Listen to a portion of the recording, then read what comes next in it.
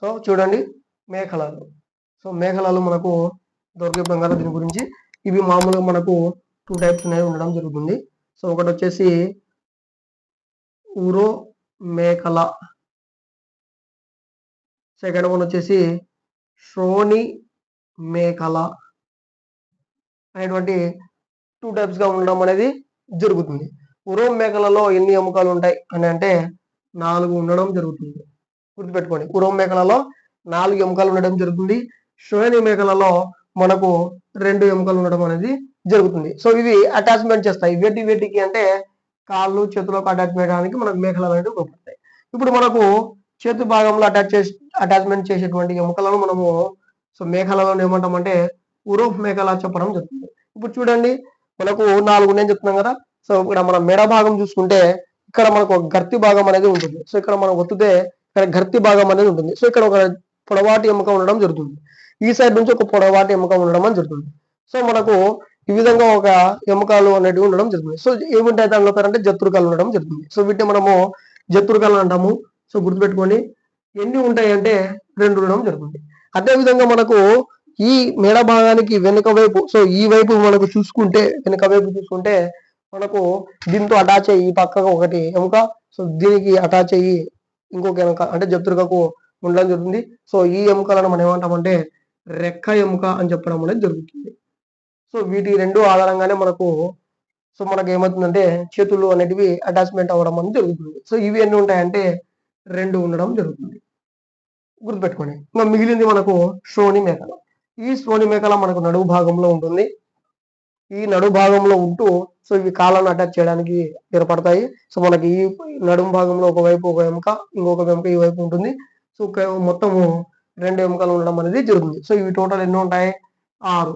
So ఇవి ఎన్ని ఉంటాయి 6 ఉండడం అనేది జరిగింది.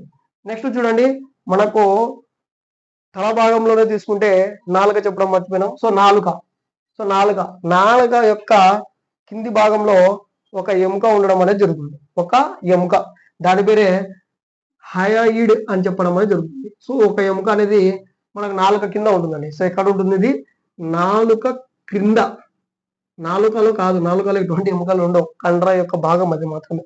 సో నాలుక కింద భాగంలో మనకు హైడ్ అనేటువంటి ఒక ఎముక ఉండడం అనేది జరుగుతుంది. సో టోటల్ మనకు ఈ ఎముక కూడా ఇక్కడ యాడ్ అనేది చేద్దాం. అర్థమైందా? సో ఈ విధంగా మనకు ఉండడం అనేది జరుగుతుంది. సో నాలుక కింద. సో ఇవి మేఖలకు సంబంధించి. ఇంకా మనకు మిగిలింది ఎముకలు ఏ భాగాల్లో ఉంటాయంటే కాళ్ళు చేతులు. సో మనకు పుర్రె అయిపోయింది, చెవులు అయిపోయినాయి, సో నాలుక అయిపోయింది, వెన్నముక్క అయిపోయింది.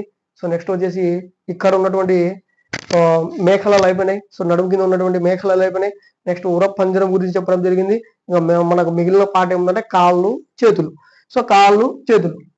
సో కాళ్ళు చూడండి, చేతులు ఒక్కొక్క చేతిలో మనకు 30 ఎముకలు ఉండడం అనేది జరుగుతుంది. ఒక్కొక్క కాలిలో మనకు 30 ఎముకలు ఉండడం అనేది జరుగుతుంది. గుర్తుపెట్టుకోండి, ఒక్కొక్క చేతిలో 30 ఎముకలు, ఒక్కొక్క కాళ్ళలో 30 ఎముకలు. సో అటు మనకు ఎన్ని కాళ్ళు ఉన్నాయి 2 కాళ్ళు ఉన్నాయి కాబట్టి 30 + 30. సో ఎన్ని చేతులు ఉన్నాయి 2 చేతులు ఉన్నాయి కాబట్టి 30 + 30 టోటల్ 60 ఉండడం అనేది జరుగుతుంది. ఇప్పుడు మనకు చెయ్యి భాగాన్ని తీసుకుందాం. చెయ్యి భాగంలో తీసుకుంటే మనకి ఇక్కడ భుజం నుంచి మణికట్టు వరకు ఒక ఎముక ఉండడం అనేది జరుగుతుంది. అదే విధంగా ఈ మోచేయి భుజం నుంచి మోచేయి వరకు ఒక ఎముక ఉండడం జరుగుతుంది. సో అదే విధంగా మోచేయి నుంచి మణికట్టు వరకు మనకు 2 ఎముకలు ఉంటాయి.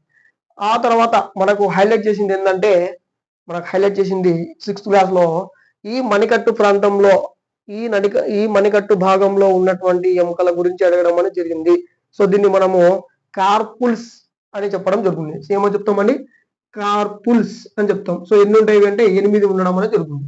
సో కార్పుల్ల సంఖ్య ఎంత అంటే 8 ఉంటాయి. గుర్తుపెట్టుకోండి. ఇక్కడ ఎక్కడ ఉంటాయంటే సో మనకట్టు ఇక్కడ జారుడికిలు ఉంటాయి చూసినా.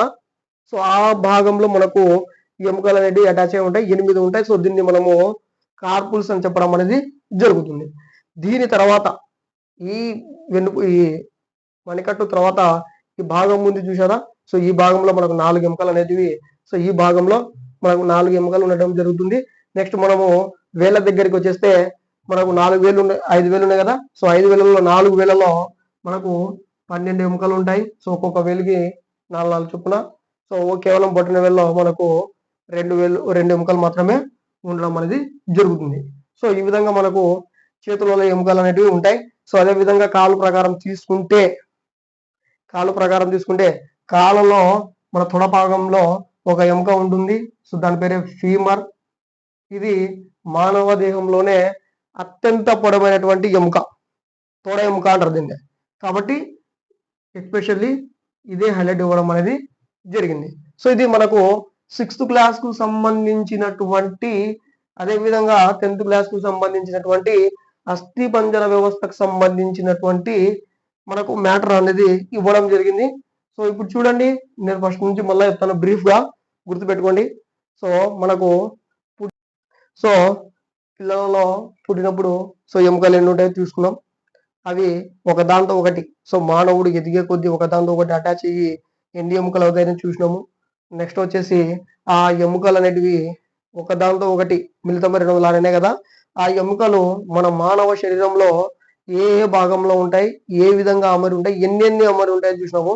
వేటికి ఉపయోగపడతాయి అని చెప్పేసి చూసినాము. నెక్స్ట్ వచ్చేసి అస్థి పంజరం అంటే ఏమిటి గుర్తుపెట్టుకోండి. అస్థి పంజరం కావడానికి దానికి ఏమైనా లక్షణాలు ఉన్నాయంటే ఉన్నాయి. సో ఆ లక్షణాల గురించి చెప్పడం జరిగింది. తర్వాత ఒక్కొక్క పార్ట్ గురించి చెప్పడం జరిగింది. సో ఆ పార్ట్లో ఎన్ని ఎముకలు ఉన్నాయో చెప్పడం జరిగింది. అవి ఏ విధంగా అమెరికలు జరిగి ఉన్నాయని చెప్పడం జరిగింది. అదే విధంగా మనకు నెక్స్ట్ మీకు అకశేరుకాలు సకశేరుకాలు చెప్పినప్పుడు వెన్నెముక గురించి ఇక్కడ ఇంకొక మ్యాటర్ చెప్తాను. ఏం లేదు, వెన్నెముక కలిగినటువంటి జీవులను సకశేరుకాలని, వెన్నెముక లేనటువంటి జీవులను అకశేరుకాలని. సో ఇవి వర్గాలు చెప్పినప్పుడు చెప్తాను. అవైతే ఇప్పుడైతే పట్టించుకోకండి. సో ఇక్కడ లెంత్ ఎక్కువగా అవుతుంది కాబట్టి మనకు యాజ్ పర్ ఎగ్జిట్కి కావాల్సినటువంటి మ్యాటర్ మాత్రమే మిస్తున్నాం, గుర్తుపెట్టుకోండి. ఈ విధంగా మనకు అస్థి పంజర వ్యవస్థ అనేది ఉండడం అనేది జరిగింది. ఇప్పుడు ఇవే ఎముకలలో మనకు సబ్ టాపిక్ గా మనకు 10th లోను ఇవ్వడం జరిగింది. సబ్ టాపిక్ ఏంటి అంటే కీళ్ళు. గుర్తుపెట్టుకోండి, కీళ్ళు. ఒక ఎముక ఇంకొక ఎముకకు అతుక్కోతుంది కదా స్నేహబంధం ద్వారా. ఆ విధంగా ఒక ఎముక మరో ఎముకకు కలిసే ప్రాంతం. సో ఒక ఎముక జాయింట్ ఈ విధంగా అయ్యే ప్రాంతంలో మనకి ఎముకలు కదలాలంటే మనకు కొన్ని రకాలైనటువంటి వ్యవస్థ ఏర్పడడం జరగాలి. సో ఆ వ్యవస్థనే కీళ్ళ వ్యవస్థ. సో అవే కీళ్ళు. మనకు కీళ్ళు అనేటివి ఏర్పడడం అనేది జరిగింది. ఈ కీళ్ళు మనకు 4 రకాలుగా ఉంటాయి. ఫస్ట్ వన్ వచ్చేసి కదలని కీళ్ళు, 2 టైప్స్ ఉంటాయి. ఒకటి వచ్చేసి కదలని కీళ్ళు, సెకండ్ వచ్చేసి కదిలే కీళ్ళు. సో మనకు కీళ్ళు 2 రకాలు ఉంటాయి. ఒకటి వచ్చేసి కదలని కీళ్ళు, సెకండ్ వన్ వచ్చేసి కదిలే కీళ్ళు అనేటువంటివి ఉంటాయి. సో వీటిలో మనకు తీసుకుంటే బొంగరపు కీళ్ళు, జారుడు కీళ్ళు, నెక్స్ట్ వచ్చేసి మడత బందు కీళ్ళు. సో నెక్స్ట్ బొంగరపు కీళ్ళు, జారుడు కీళ్ళు, మడత బందు. సో చూడండి, ఫోర్త్ టైప్ వచ్చేసి మనకు బంతి గిన్నె కీళ్ళు. సో ఈ విధంగా కదలని కీళ్ళు మనకు 4 రకాలుగా ఉండడం అని జరుగుతుంది. సో కదలని కీళ్ళలో ఏమన్నా ఉన్నాయంటే ఎగ్జాంపుల్ కిందకి పుర్రె ఉంది.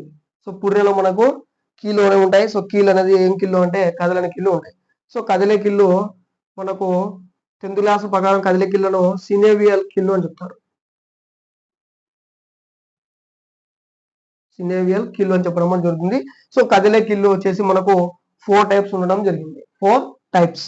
ఆ 4 టైప్స్ కదిలే కీళ్ళలో ఫస్ట్ వన్ వచ్చేసి బొంగరపు కీళ్ళు, సెకండ్ వచ్చేసి జారుడు కీళ్ళు, మూడోది వచ్చేసి మడతబందు కీళ్ళు, ఫోర్త్ వన్ వచ్చేసి బంతి గిన్నె కీళ్ళు. సో బొంగరపు కీళ్ళు ఎక్కడ ఏ ప్రాంతంలో ఉంటాయి అని అంటే బొంగరపు కీళ్ళు మనకు మెడ భాగంలో ఉంటాయి. ఎక్కడ? మెడ భాగంలో ఉండడం జరుగుతుంది. సో ఇది మెడను అటు ఇటు తిప్పడానికి, అదే విధంగా పైకి కిందికి తిప్పడానికి మనకు బొంగరపు కీళ్ళు అనేటివి ఉపయోగపడడం అనేది జరుగుతుంది. అదే విధంగా జారుడు కీళ్ళు. సో జారుడు కీళ్ళు ఏ ప్రాంతంలో ఉంటాయంటే మనం మణికట్టు ఉంది చూసారా. సో మణికట్టు ఇక్కడ ఉంది చూసారా. సో ఇక్కడ ఈ ప్రాంతంలో మనకు కార్పస్ అనే భాగం ఉంది కదా, ఆ ప్రాంతంలో మనకు జారుడు కీళ్ళు అనేటివి ఉండడం జరుగుతుంది. అదే విధంగా వెన్నుపూసలు ఉన్నాయి కదా.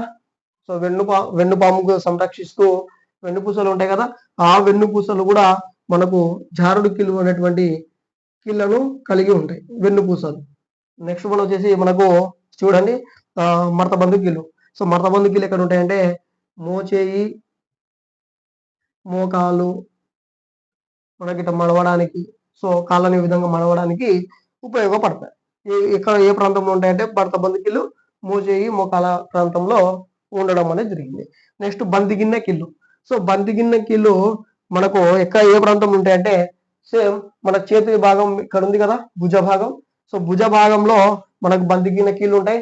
మనం బౌలింగ్ వేస్తాం చూసినా 360 degrees లో 360 degrees లో మన చెయ్యి తిరుగుతుంది అని అంటే అక్కడ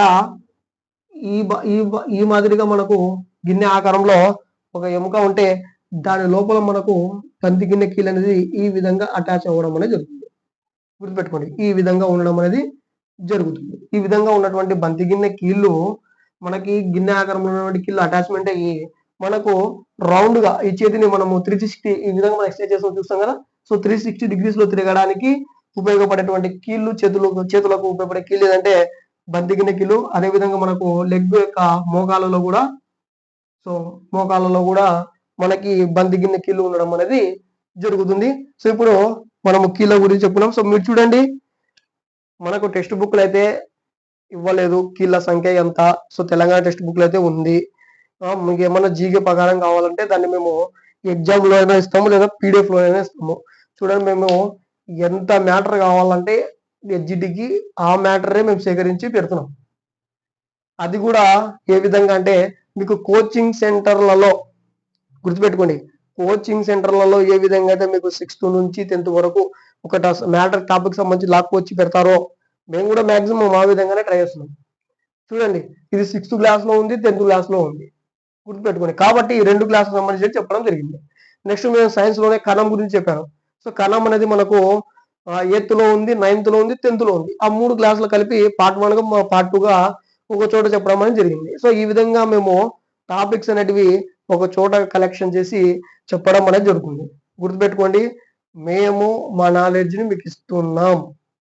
గుర్తుపెట్టుకోండి, మీకు ఏమన్నా సందేహం ఉంటే, మేము ఏమన్నా ఇంకా ఏమన్నా మ్యాటర్ చెప్పకపోయి ఉంటే, మీకు ఏమన్నా డౌట్ ఉంటే, సబ్జెక్ట్ పరంగా డౌట్ ఉంటేనే మీరు అక్కడ ఇది టెలిగ్రామ్లోకి వచ్చేసేయండి. టెలిగ్రామ్లో అక్కడ మమ్మల్ని అడగండి. మీకు అడగడానికి నామోషి అందరి ముందు ఉంటే సపరేట్గా నా ట్యాగ్ ఉంది కదా పిఎస్కే అని చెప్తూనే ఉన్నాను. అక్కడ మీరు సబ్జెక్ట్కి సంబంధించిన డౌట్లు ఏమైనా అడగవచ్చు. లేదా మీకు ఏ సబ్జెక్ట్కి సంబంధించినటువంటి కాన్సెప్ట్ అయినా రాకుంటుందా, గుర్తుపెట్టుకోండి. రాకపోతే వచ్చేసి ఆ సబ్జెక్ట్లో మాకు రావట్లేదు. సో ఒక సబ్స్క్రైబర్ చెప్పినందుకే మేము ఆ ట్రైబ్ మెంటర్లో స్పష్టీకరణల గురించి పార్ట్ 1 చేసి చూపించాం. అది కూడా బ్రీఫ్గానే ఆ సబ్స్క్రైబర్ అడిగాను. మేము ఒక ఆర్డర్ ప్రకారం వస్తున్నాం, అది మా టాపిక్లో చాలా దూరంలో ఉంది. కాకపోయినా మేము అడిగినారని చెప్పేసి ఏదో బ్రీఫ్గానైనా ఇచ్చినాం. నెక్స్ట్ మేము దాని డెప్త్ కూడా ఇస్తాం. గుర్తుపెట్టుకోండి. కాబట్టి చూడండి, మీకు అటువంటివి ఏమన్నా ఇబ్బంది ఉంటే, మీకు అర్థం కాకపోతే నిర్భయంగా కామెంట్లో పెట్టండి. యూట్యూబ్లో పెట్టి మీరు అడిగే విధానము సో వేరే వాళ్ళు చూసి వాళ్ళు కూడా నేర్చుకోవడం జరుగుతుంది. కాబట్టి చూడండి, మేము మీ మంచిగా చెప్తున్నాము. సో యూట్యూబ్లో కంటెంట్ గురించి అడిగితే తప్పు లేదు. కాబట్టి గుర్తుపెట్టుకోండి. సో మీరు చేయాల్సిందల్లా ఒకటే, సో దీన్ని షేర్ చేయండి, లైక్ చేయండి అండ్ సబ్స్క్రైబ్ చేసుకోండి. సో ఏమన్నా మీకు డౌట్స్ ఉంటే అక్కడ టెలిగ్రామ్లోకి వచ్చేసేయండి. Thank you.